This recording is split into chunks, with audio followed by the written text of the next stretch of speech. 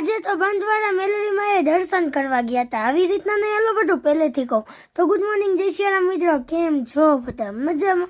સ્વાગત છે અમારા નવા વ્લોગમાં. સવારમાં મસ્ત જો દિવસ ચાથી ઉગી ગયો તો કૌશલ નહીં ધોઈને તૈયાર થઈ ગયા, ધૂપ દીવા કરી લીધા ને ચા પાણી નાસ્તો કરીને એમના કામે જતા રહ્યા. એમને તાતા બાય કરી દીધા. ઘરમાં આવીને મેં ઘરના બધા કામ પતાવ્યા. સવારમાં જો પરસોત્તમ મહિનો ચાલુ છે ને એટલે બધા બાઈઓ આંબુરું જાંબુરું કરતા હતા. મને તો આ જોવું બહુ જ ગમે. બપોર પછી 6 વાગતા અમે લોકો ગયા બંધવાળા મેલડીમાં દર્શન કરવા માટે. રસ્તામાં અચાનક જ વાતાવરણ એટલું ચેન્જ થઈ ગયું ને કે એમ થયું કે આજે તો વરસાદ ધાબળી પડવાનો છે. ચારે બાજુ નકરા વાદળા અને તમે જુઓ તો એનું વાતાવરણ એટલું મસ્ત થઈ ગયું હતું ને, એકદમ ઠંડુ વાતાવરણ થઈ ગયું હતું ને અમે મંદિરે પહોંચવા જ આવ્યા હતા.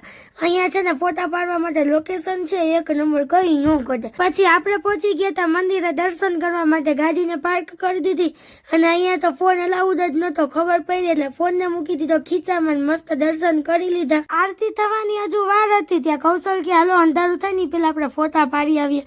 અહીંનું લોકેશન હતું એક નંબર, કઈ ન ઘટે.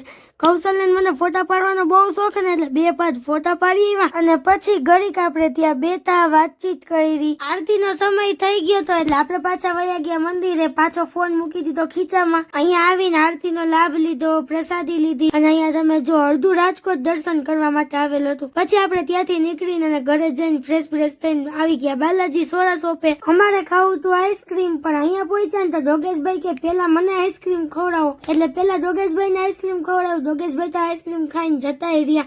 તો મળીએ નવા વિડીયોમાં, ત્યાં સુધી જય શ્રી રામ. વિડીયો ગમ્યો હોય તો લાઈક કરો, શેર કરો અને ફોલો કરતા જજો. યુટ્યુબમાં જતા હોય તો સબસ્ક્રાઇબ કરી દેજો. Bye bye.